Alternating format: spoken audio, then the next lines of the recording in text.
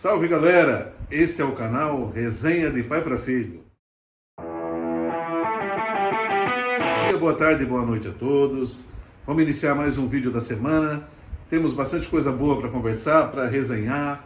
Já vou pedir para vocês, senta o dedo aí no like pra gente, curte, compartilha, resenha com a gente, participa, dá ideia, dá sugestão. Vamos fortalecer aí o nosso trabalho, vamos fortalecer aí a participação, o engajamento do nosso canal, galera. Aciona o sininho da inscrição. Sempre que tiver um vídeo novo, você vai estar recebendo lá essa notificação e vai poder curtir a gente também. E também dar a sua opinião, crítica, reclamação, sugestão, pix, qualquer coisa a gente aceita aí também, tá bom? Beleza, galera? A gente vai começar o vídeo de hoje falando um pouco de todas as notícias do mercado, as notícias da semana, tudo que foi destaque.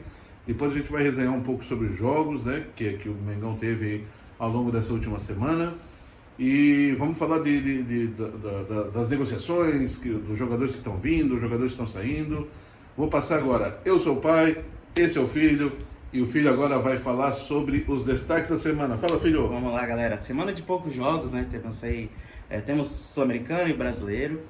Destaque para os brasileiros que jogaram na Sul-Americano. O América Mineiro ganhou bem seu jogo por goleado. O Corinthians aí teve uma pitada aí de um pouco de medo no jogo deles, mas conseguiram também passar lá de fase.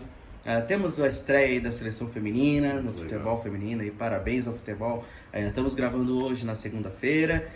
Foi a estreia da seleção, fizemos lá 4-0, grande seleção, começou com o pé direito. E que seja até o final aí, quem sabe. Que as meninas brilhem, tenham muito sucesso, porque elas merecem. Mais reconhecimento ao futebol feminino. Mais reconhecimento ao futebol feminino é o que a gente pede, né? Jogaram muito bem, por sinal. Muito bem. Vamos lá. Um giro rápido no mercado, né, do futebol europeu com o futebol brasileiro. Começando aí de praxe, né, no futebol europeu, né, que a gente sempre vai lá pro futebol estrangeiro, não só europeu, né, e vem pra cá na América do Norte, vai descendo. Dá uma viagem rápida pelo mundo. Fabinho aí, no principal peça aí do Liverpool, né, dos últimos anos, de Jürgen Klopp. Está negociando sua ida aí pro futebol árabe. Parece que vai. Pode melar devido aos seus 2 cachorrinhos. Ele tem 2 cachorrinhos lá que ele gosta muito e na cidade que ele vai não é permitido aqueles cachorrinhos e ele é muito apegado. Porém, a negociação aí, o clube vai lá conversar, sabe que ele muito dinheiro envolvido, então pode dar tudo certo no final para o Fabinho. O Onaná, o grande goleiro aí, goleiro da Inter, ex-goleiro da Inter de Milão agora, né? Camaronês, foi destaque aí na Copa por brigar com o plantel, até saiu antes de encerrar os jogos de Camarões, né? Acertou a sua ida para o Manchester United. Manchester United, depois de vários anos aí com o De Gea, né, no gol, goleiro da Espanha, o bom goleiro da Espanha, especulado várias vezes em vários clubes, deixou o United, acabou o contrato dele, e eles acertaram aí com o camaronês Onaná. Temos aí a negociação do Cavani, que ele está sendo especulado em alguns times aqui sul-americanos, no Boca, até foi cogitado no nosso Mengão aí, o preparador físico e departamento médico do Flamengo deu ok, analisaram toda a questão médica, que o Cavani teve algumas lesões nos últimos jogos que ele teve aí na última temporada, e a princípio está tudo ok com o jogador. É possível que ele vá para o Boca que sempre gosta de fazer contratações assim de peso, como já fez o do De Rossi, italiano, antigamente, mas o Cavani aí é cogitado para... Joga muito. Crystal Palace da Inglaterra, aí, outro gerenciado por John Textor. John Textor aí, que é o diretor lá do clube, é um dos investidores, tem interesse em Matheus França. É o dono da SAF. É o dono da SAF. A contratação seria de valores bem astronômicos para o futebol brasileiro, assim. O Matheus França tem um nome forte, ofereceu aí 30 milhões de euros, o Flamengo é o que o Flamengo desejava. O Chelsea saiu de cena depois que a negociação, foi explanada, vamos dizer assim, para os meios de comunicação. O Chelsea não gosta de barganhar, não gosta de fazer leilão com os jogadores. Temos aí uma das boas contratações do futebol brasileiro, o Bruno Henrique, ex-Corinthians, ex-Palmeiras também. Tem aí o acerto com o Internacional. Foi uma boa contratação, um bom volante, um bom meio campo. o sonho dele aí de jogar com Benzema não vai dar certo, ele acabou lá o contrato, e também as equipes têm que abrir, né, o espaço dos estrangeiros para a liga. O Curitiba, aqui no futebol brasileiro, tem interesse aí no futebol do argelino Islam Slimani. Quem não conhece Slimani, é um belo jogador, aí, um bom jogador da Copa lá de 2014. Ficou marcado pelaquela seleção argelina lá que quase eliminou a Alemanha aí nas oitavas. É um bom jogador, o argelino. Ele tá, hoje ele tá sem clube, né? Ele tava jogou na Bélgica, jogou no Sporting de Portugal, onde ele foi destaque, e despertou interesse aí do Coritiba. É uma negociação que seria um pouco daquelas negociações, vamos dizer assim, meio malucas que acontecem. O Curitiba tá virando SAF também, né? Fazer uns investimentos, né? Então é possível, sim, que venha. Outra contratação aí que foi uma boa contratação no futebol europeu foi da Fiorentina com o Arthur, o ex-Grêmio, o ex-Barcelona. Foi uma contratação aí de peso para o futebol da Fiorentina, sim. Que pode vir a perder a sua principal peça, o Arthur Cabral, o atacante brasileiro, pro Tottenham, né? Pois o Tottenham aí pode perder o Kenny, então pode ser uma troca, né? O Kenny indo pro Bayern, o Tottenham contratando para a Fiorentina ali. Mas tem um outro nome aí que cogitaram, especularam para substituir o Kenny, né? O Pedro aí do Mengão, surgiu aí como possível nome, mas as mídias, né, britânicas nos trazem que o nome mais forte ainda é de Arthur Cabral, que é ex-Palmeiras, né? Pois ele é o que mais faz sucesso entre os dois lá na Europa, é um destaque aí na Nations League, na Europa League também, ele foi destaque. É um bom atacante, um bom goleador. O Flamengo, se perdeu o Pedro, também consultou os valores de Arthur Cabral, porque é um jogador muito bom para repor, né, uma peça de reposição. Certo. E o que a gente tem mais de novidades no mercado da bola? Algum destaque? Temos aí o destaque, né, que o City fechou com o croata Gvardiol, que foi um destaque da última Copa. Certo. Ele estava no RB Leipzig. Temos aí o Bono do Sevilha, né, sendo especulado também pelo Bayern de Munique para substituir o Neuer. Temos Júlio Furch, se eu não me engano é assim que pronuncia, um argentino, um atacante do Atlas, fechou aí final de semana com o Santos precisando reforçar o seu poderio ofensivo, com a eminente perda aí, provavelmente de Marcos Leonardo para Lazio, né? E um destaque que eu quero fazer é o brasileiro Rafinha, antes da gente falar sobre jogos. O brasileiro Rafinha, ex-Barça, é cogitado também no City, pois o Mahrez está de saída também para o futebol dos Emirados Árabes. O Rafinha já encerrou com o Barça ou ele joga ainda? Não, ele joga ainda, ele tem contrato. O Pep Guardiola ia lá para bancar a saída dele pro clube. É um nome que está sendo cogitado aí. Ele não está teve poucas oportunidades até no Barça. Ele não brilhou tanto no Barça, né? Não brilhou, infelizmente não. Ao lado do Lewandowski. Isso. Isso aí. É difícil, né? Por ali a briga não é fácil. Vamos aí, então falar sobre os jogos, pai. Dando os destaques aí das últimas rodadas. Já falamos aí sobre a Sul-Americana, uma rápida passagem, né? A Copa do Brasil aí temos também um jogo aí durante a semana. O Flamengo e São Paulo decidido em casa. Temos o Clássico Paulista e o Clássico aí Grêmio e Flamengo Interregional aí, que nos últimos tempos o Flamengo vem ganhando mais destaque e se sobressaindo em cima do Grêmio. Eu sempre prefiro decidir fazer a segunda partida em casa. Com apoio, né? Há quem prefira jogar a primeira partida em casa, porque aí você vai montar o teu resultado, já vai com uma estratégia montada para o segundo jogo fora de casa, né? Mas se você joga fora de casa, né, com uma estratégia, o time do Grêmio é um time forte, jogando lá na arena é um time forte, né? O Grêmio é um time que ataca muito bem, se bem que com a perda do Luizito tem um peso. O Luizito aí sendo especulado no Inter Miami, né? Pai, tivemos a estreia do Messi com um gol e tudo. Isso. O Messi jogando absurdamente. E o Luizito, assim, se o Luizito sai e vai para Inter Miami lá jogar com o Messi, o Grêmio perde muito. E o jogo é quarta-feira agora, o primeiro jogo. Então tá em cima da hora. Soares não deve jogar. O Renato falou que o Soares joga quando ele quer. Que é só ele vai lá, ele consulta o jogador, se ele tiver ok, sim, porque o problema dele é bem grave no joelho também. Então esse ritmo de jogos do Brasileirão aí é complicado pro Luizito. Mas a situação política do Soares com o Renato, com a diretoria do Grêmio não é boa. Então eu vi a coletiva do Renato, o Renato bem incomodado com tudo isso, né? E o Soares não foi relacionado para o jogo do Brasileirão, não deve jogar na quarta-feira. Essa última rodada que o Grêmio ganhou, ele não jogou, né, pai? Exatamente. Só ficou assistindo de camarote. O Grêmio jogou e ganhou bem, né? Dando os destaques, né, para os últimos jogos, né, pai? Exatamente. Então o Flamengo tem essa vantagem de decidir a Copa do Brasil em casa. Vamos falar da rodada das últimas rodadas do Campeonato Brasileiro. O Flamengo chega com uma moral um pouco baixa, porque, né, tivemos um empate aí na última rodada. Na outra rodada também, né, viemos aí de jogos assim bem desastrosos, assim, jogando bem abaixo do futebol que o Flamengo costuma apresentar. Nós tivemos o Fla-Flu, né, no domingo passado.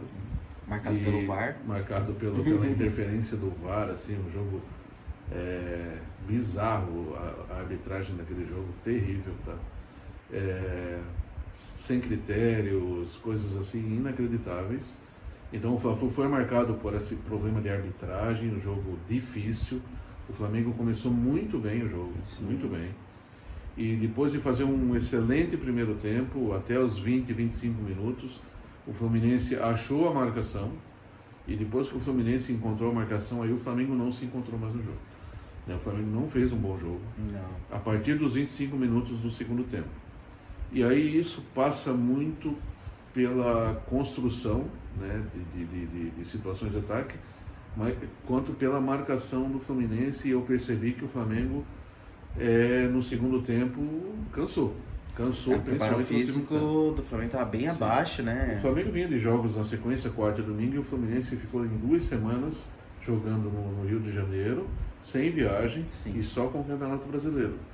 E o Flamengo teve que fazer viagens, Copa do Brasil contra o Atlético e Brasileiro jogando fora de casa, e teve 2 semanas aí intensas de jogos fora de casa e viagens em 2 campeonatos. Eu achei no jogo, né, o Luiz Araújo entrou muito bem, apesar da expulsão que ele teve, né, eu achei que ele entrou muito bem.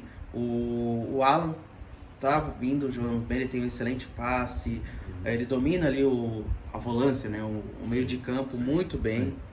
É um jogador que faz a diferença para o clube. É uma boa contratação e uma peça de reposição para o Thiago Maia. Acredito que não vai ficar só em reposição, acredito que ele vai assumir a titularidade. Tivemos um pouco a deficiência na zaga ali, principalmente da parte do Davi Luiz. Vinha fazendo bons jogos, mas esses 2 últimos jogos ele foi bem abaixo do que é o futebol do Davi Luiz de 2022, né, pai? O que eu percebi, assim, que eu senti falta nesse jogo, a defesa não foi bem, né, naquele jogo. Apesar de que o Davi sentiu, né? Depois acabou saindo depois do jogo, o Pablo entrou. O Pablo entrou até que bem. Entrou bem, seguro, não comprometeu em nada, tá? Acho que faltou um pouco de criatividade, de dinâmica. Tem um jogador que depois que foi para a seleção, eu acho que o futebol dele caiu bastante, tá? Que é o Ayrton Lucas. O Ayrton Lucas, ele deixou a desejar nesse jogo. Não só nesse jogo como o do América, não teve as infiltrações que ele faz, o bom passe, a boa velocidade. Ele tem tanto defensivamente como ofensivamente, ele ataca e defende muito bem. Outra questão ali, que a gente tem que também ser destacado, que o Pablo armou, né, o gol do Flamengo ali, aquele gol invalidado. E aquela falta ali que marcaram, geralmente não é marcada. Isso, geralmente não é marcada. Principalmente se for dentro da área, né? Não, nós tivemos a falta assim no jogo da Copa do Brasil, no primeiro gol do Atlético Paranaense, né? Da falta em cima do Eric Pulgar. Sim. Foi pior do que aquilo ali. Tivemos um atropelo do Felipe Melo dentro da área, em cima do Arrascaeta. O juiz não deu falta. Não marcou nada. Então, assim, se esse é o critério, aquilo ali não podia ser falta, né? Os critérios são muito diferentes. Temos no final de semana também Santos e Botafogo, que teve um lance se não me engano, na grande área ali do Botafogo, que também não foi marcado nada. Isso. Então, assim, o critério dos árbitros está bem horríveis, né? Bem ruim. Precisa melhorar muito. E aí o Flamengo acabou empatando com o Fluminense, o Gabriel fez o gol no fim e foi invalidado. passou um pouco de sufoco no fim, mas somou um ponto. É um jogo difícil, o Fluminense é um time bem treinado, né? É um time taticamente bem organizado. O John Arias muito bem pelas pontas. Muito bem. Eu achei ele, né, que tu até falou, né, pai, a questão do Ayrton Lucas. Sim, sim. Ele deitou e rolou ali nas pontas. Em cima do Wesley, que também jogando bem abaixo. Nos últimos dois jogos, né? Com a volta aí do Mateuzinho, provavelmente ele vai assumir a titularidade. Ele está em transição, né, para voltar a campo. O Wesley, assim, como a gente sempre fala aqui no canal, eu gosto do Wesley, acho que ele tem muito potencial. Ele vai ser titular do Flamengo, se não for vendido para a Europa. Ele despertou interesse recentemente para do Benfica. Para a Europa, mas ele ainda é um jogador em formação, então ele vai oscilar. Vai ter momentos bons e vai ter partidas ruins, é normal, tá? É um jogador em formação, né? E isso acontece com todos os jogadores muito jovens, né? Que eles vão oscilar, é normal, depois eles ganham maturidade e vão tendo mais frequência, né? De boas atuações. E sobre essa rodada, né, filho, que nós tivemos agora no último final de semana, né, a rodada onde o Flamengo enfrenta o Lanterna no campeonato, voltando de vitória, né? Voltando de uma semana de parada de treinos, né? E mais uma vez, depois de um tempo de treino, o time volta pior do que quando... Um jogo bem parecido com o RB que tivemos e quase saímos com a derrota. Se não fosse o VAR ali também, marcando o impedimento do atacante. O bom atacante do Varanda do América Mineiro, fez uma belas jogadas ali. Estava finalizando muito bem. Muito bem, o jogador finaliza muito bem. A gente toma um gol de Felipe Azevedo, um jogador já em fim de carreira, vamos dizer assim, não, né, menosprezando o jogador, mas ele constrói a jogada lá atrás no campo deles, na defesa deles, e uma roubada de bola, e vem seguindo, entra na grande área, toca pro Varanda, e ele sozinho fica com o rebote e acerta o petardo ali. Exatamente. O Matheus França, o Matheus Cunha pouco pôde fazer ali no gol. Quase conseguiu ainda. Quase conseguiu. Mas isso passa pelo seguinte, tem alguns momentos que a gente precisa levar em consideração. A defesa do Flamengo naquele momento estava tomando vários contra-ataques, situações de contra-ataques. O Flamengo ficou muito exposto porque na transmissão ainda, quem estava comentando dizia: está ficando 4, está ficando 5 lá na frente, e sobrecarregando a defesa, o Flamengo está muito exposto. E aí uma coisa que eu senti bastante foi a falta de combatividade dos jogadores da frente, né, em acompanhar. Então me chamou muita atenção a atuação do Gabigol, assim, pouco ajudou, desligado, andando em campo. Perdeu uma chance claríssima. Perdeu uma chance que podia ter chutado, não sei porque que não chutou, né, foi querer abrir e acabou perdendo. Sem combatividade, nem reclamar do juiz, ele estava reclamando. Então achei a atuação do Gabigol muito estranha, muito estranha. Achei a atuação do Arrascaeta bizarra, medonha.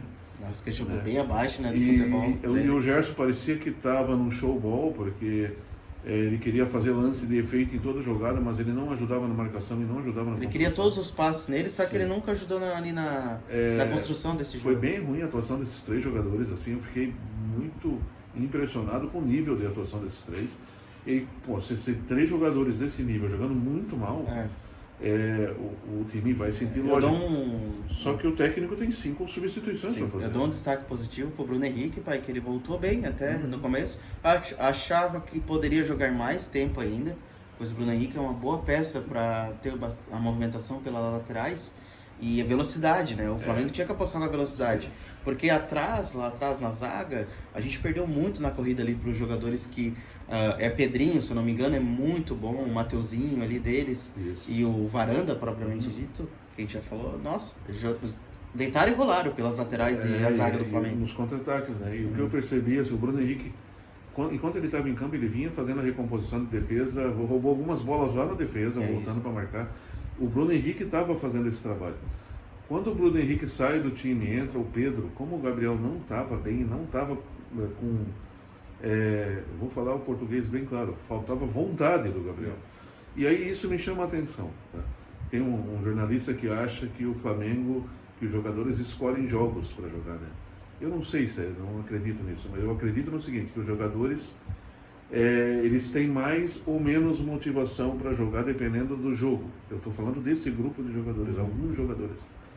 E que de um jogo contra o Lanterna do campeonato, na rodada tal do Campeonato Brasileiro, tendo um jogo da Copa do Brasil, a coisa parece que vai com menos vontade. Isso me chama a atenção, me incomoda bastante.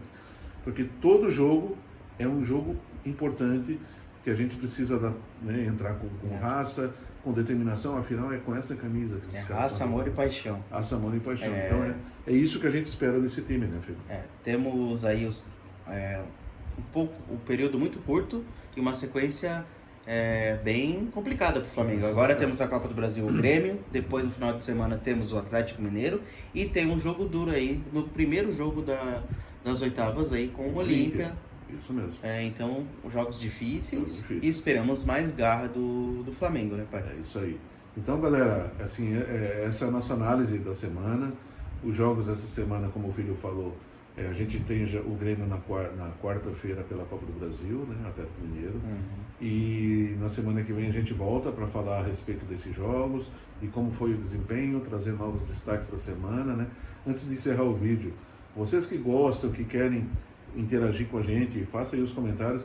Manda ideia para nós. Mandem um like lá pra gente também, cliquem lá no joinha, né? Compartilha. E compartilha esse vídeo aí, a gente está à disposição para continuar resenhando com vocês sempre, tá bom, galera? Valeu, galera. Forte abraço aí, boa semana a todos. Tchau, tchau.